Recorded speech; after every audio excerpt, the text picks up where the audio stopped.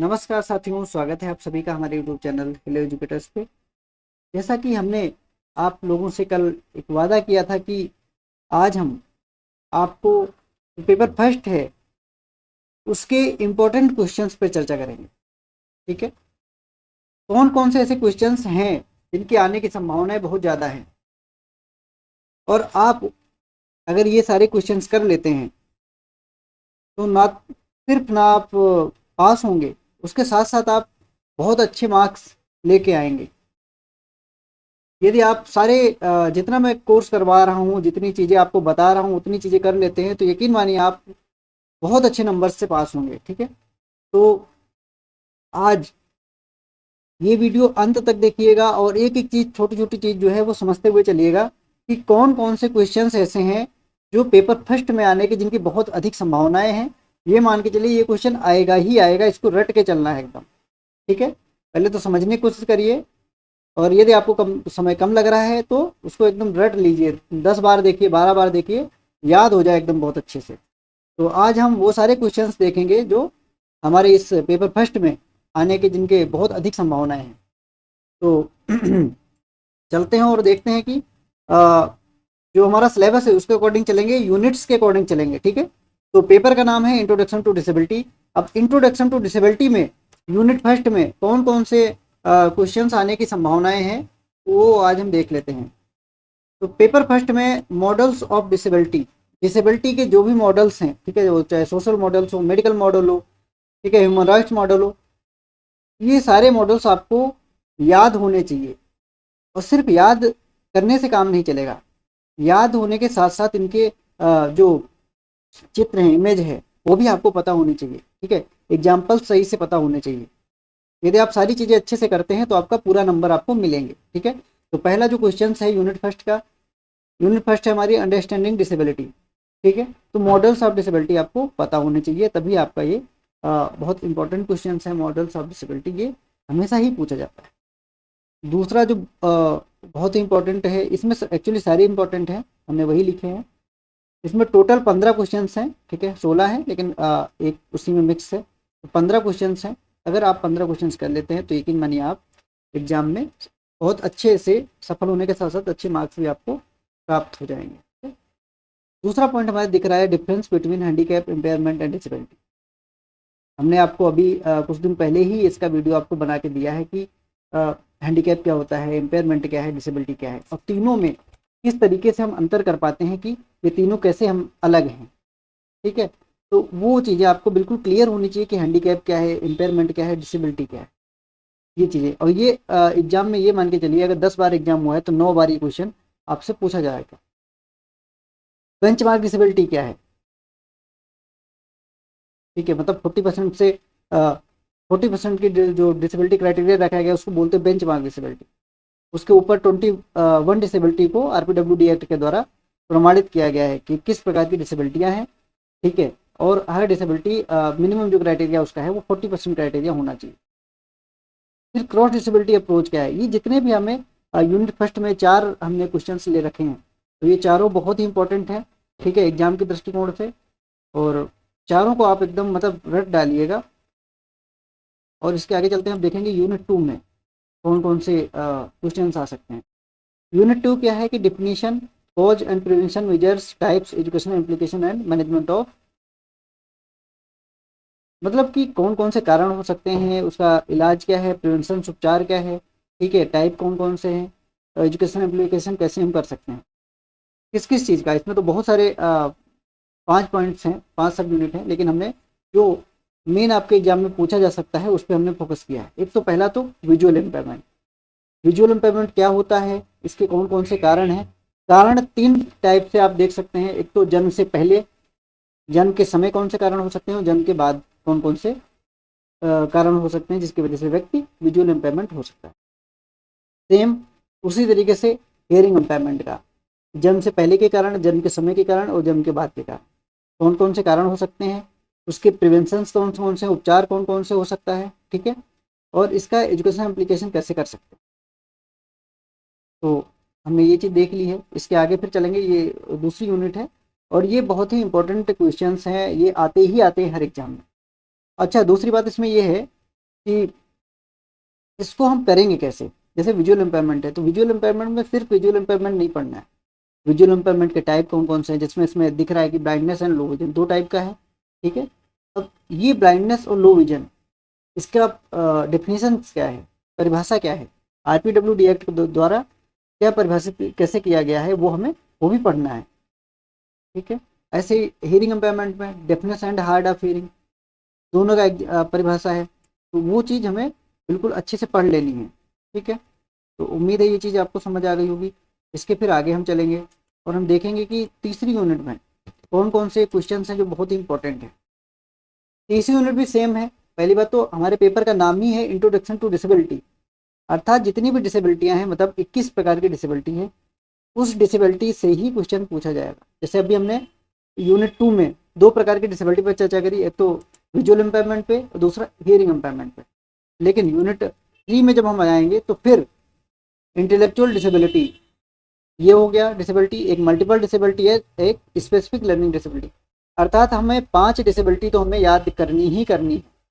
वैसे आप याद तो 21 प्रकार की डिसेबिलिटियाँ करिए, लेकिन 5 डिसेबिलिटी पे इस तरीके से फोकस करिए कि हमें सिर्फ ये याद नहीं करनी है, ठीक है। हमें इनको पूरा दिमाग में बिठा लेना है और हमें इस तरीके से एग्जाम में लिखना है कि हमें बहुत अच्छे नंबर मिल सके, ठीक है। तो यहाँ पे इंटेलेक्चुअल डिसेबिलिटी क्या होती है, इसका कारण क्या है होने का, इसके उपचार कौन कौन से हो सकते हैं, और यदि हो गई है तो उसका एजुकेशनल एप्लीकेशन क्या है। सेम स्पेसिफिक लर्निंग डिसेबिलिटी क्या होती है, इसके टाइप कौन कौन से हैं, ठीक है। कारण और प्रिवेंशन सेम सेम वही सारी चीज़ें सभी में करनी है। ये हो गया। फिर इसके आगे यूनिट 4 पे चलेंगे। यूनिट 4 में क्या है, अर्ली आइडेंटिफिकेशन इंटरवेंशन, बहुत ही इंपॉर्टेंट। पहली बात तो यूनिट 4 पूरी इंपॉर्टेंट है, क्योंकि जब तक हम आइडेंटिफाई नहीं करेंगे, पहचानेंगे नहीं किसी भी चीज़ को, किसी भी समस्या को जब पहचानेंगे नहीं तो उसका हम उपचार कैसे कर सकते हैं, ठीक है, प्रिवेंशन कैसे कर सकते हैं। तो सबसे पहले ये है कि डिसेबिलिटी हुई है, यदि डिसेबिलिटी है या कोई समस्या है तो हम उसको सबसे पहले पहचान करें उसकी कि समस्या है। यदि समस्या है या हमें संदेशा है कि हाँ ये समस्या हो सकती है, तो उसको तुरंत ही हमें डॉक्टर को दिखाना चाहिए, ठीक है। तो अर्ली आइडेंटिफिकेशन किस तरीके से हमें डिसेबिलिटी में बहुत ही महत्वपूर्ण है, उस पर हमें फोकस करना है। तो यहाँ पे पहला जो इसमें हमने प्रश्न लिया है कि need importance and domain of early identification and intervention, मतलब 100% ये मान के चलिए early identification and intervention question आएगा ही आएगा। ये सारे आएंगे, लेकिन इसमें कुछ ऐसे क्वेश्चन हैं जो मतलब आने फिक्स है, उसको कोई मतलब काट ही नहीं सकता। अर्ली आइडेंटिफिकेशन एंड इंटरवेंशन आएगा ही आएगा, इसमें कोई दो राय नहीं है, ठीक है। फिर role of parents community and stakeholders, इसमें से रोल पूछा जाएगा, ये कंफर्म है। अब वो रोल पेरेंट्स का पूछ सकता है, कम्युनिटी का भी पूछ सकता है और स्टेक होल्डर्स का पूछ सकता है। तो ये डिपेंड करता है पेपर सेटर पे कि किस तरीके का पेपर बन रहा है, ठीक है। कि वो पेरेंट्स का रोल पूछ सकते हैं, कम्युनिटी का भी पूछ सकते हैं, स्टेक होल्डर का भी पूछ सकते हैं। तो आपको ये सारे रोल आपको याद करने पड़ेंगे कि किसका क्या क्या रोल है, ठीक है। फिर models of early intervention, early intervention के कौन कौन से मॉडल्स हैं। एक मॉडल आपके एग्जाम में पूछा जाएगा कंफर्म है, तो हमें ये याद कर लेने हैं कि होम बेस्ड मॉडल क्या होता है, सेंटर बेस्ड क्या होता है, हॉस्पिटल बेस्ड क्या होता है। सारे जितने भी मॉडल हैं हमें याद कर लेने हैं, ठीक है। ये एग्जाम में आएगा ही आएगा, इसमें कोई दो राय नहीं, ठीक है। उसके बाद हम फाइनल 5वीं यूनिट पे आते हैं, और पाँचवीं यूनिट है human resource in disability sector. बहुत ही इंपॉर्टेंट यूनिट है, इसमें से ये मान के चलिए कि 2 क्वेश्चन आपके एग्जाम में पूछे ही पूछे जाएंगे, इसमें कोई दो राय नहीं है, ठीक है। एक तो इंटरनेशनल बॉडी पूछी जाएगी, इसमें हमने उसमें काफ़ी सारी थी आपके सिलेबस में, वहाँ से हमने सिर्फ 2 का सिलेक्शन किया है, एक तो यूनेस्को, दूसरा WHO। इन दोनों जो इंटरनेशनल बॉडीज हैं इनका क्या क्या रोल है, ठीक है, डिसेबिलिटी सेक्टर में, उसको हमें समझना है कि WHO का क्या रोल है, यूनेस्को क्या क्या रोल है। फिर दूसरा पॉइंट हम देखते हैं, दूसरा जो क्वेश्चन है SDG, सस्टेनेबल डेवलपमेंट गोल्स, कब तक के लिए हैं, कितने गोल हैं इसके अंदर, ठीक है, ये सारी चीज़ें। और उसमें मेन डिसेबिलिटी पे कौन कौन से गोल जो हैं वो डिसेबिलिटी को लेके डिसेबिलिटी पे फोकस करते हैं, उस पर हमें ध्यान देना है मेन। अच्छा, तीसरा जो है, तीसरा और चौथा बहुत ही इंपॉर्टेंट है, जिसमें एक नेशनल इंस्टीट्यूट का आपको रोल बताना ही बताना पड़ेगा, वो चाहे अली आवर्जंग का हो और चाहे निपमेड का हो। तो इसमें हम ये कह सकते हैं कि जो हियरिंग अम्पायर्ड वाले बच्चे हैं उनको जो है अली आवर्जन का आप याद कर लीजिए, ठीक है।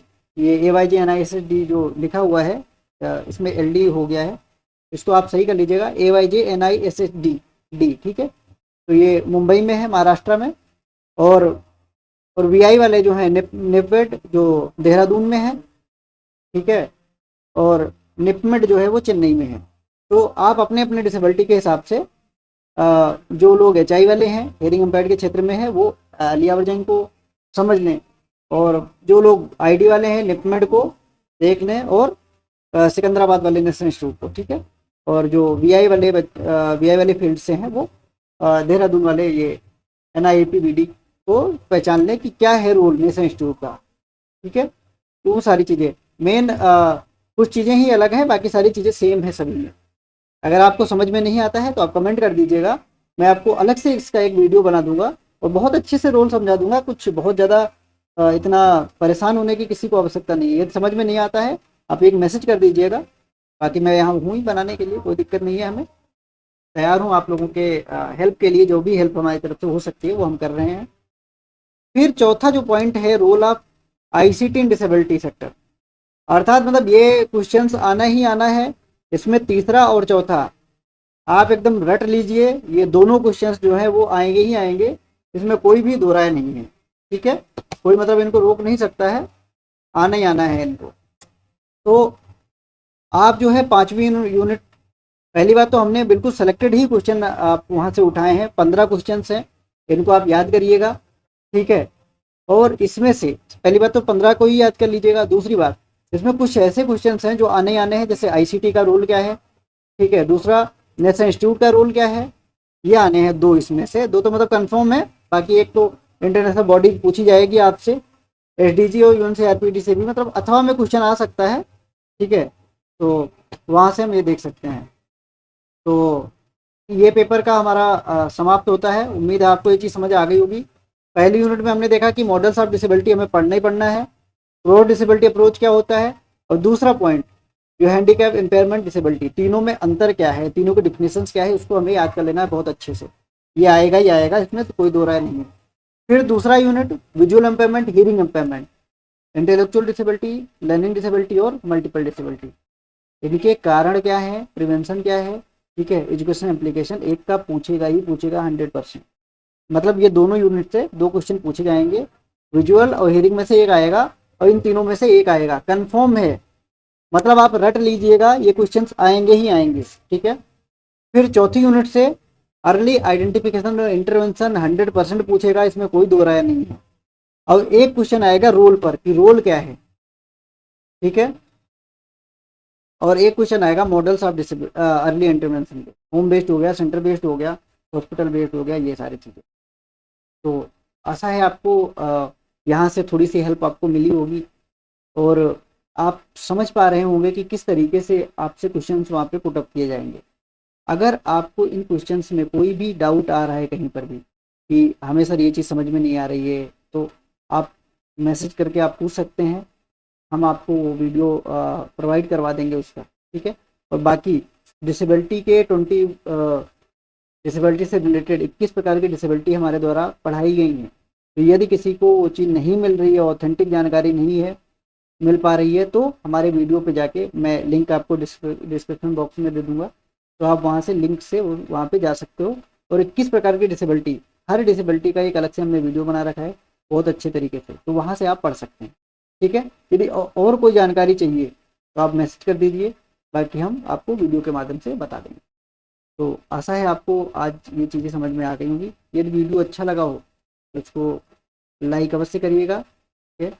और यदि आप पहली बार वीडियो यहाँ पे आए हैं तो इसको चैनल को सब्सक्राइब भी कर लीजिएगा। Thank you so much. मिलते हैं नेक्स्ट वीडियो में पेपर 2 के साथ।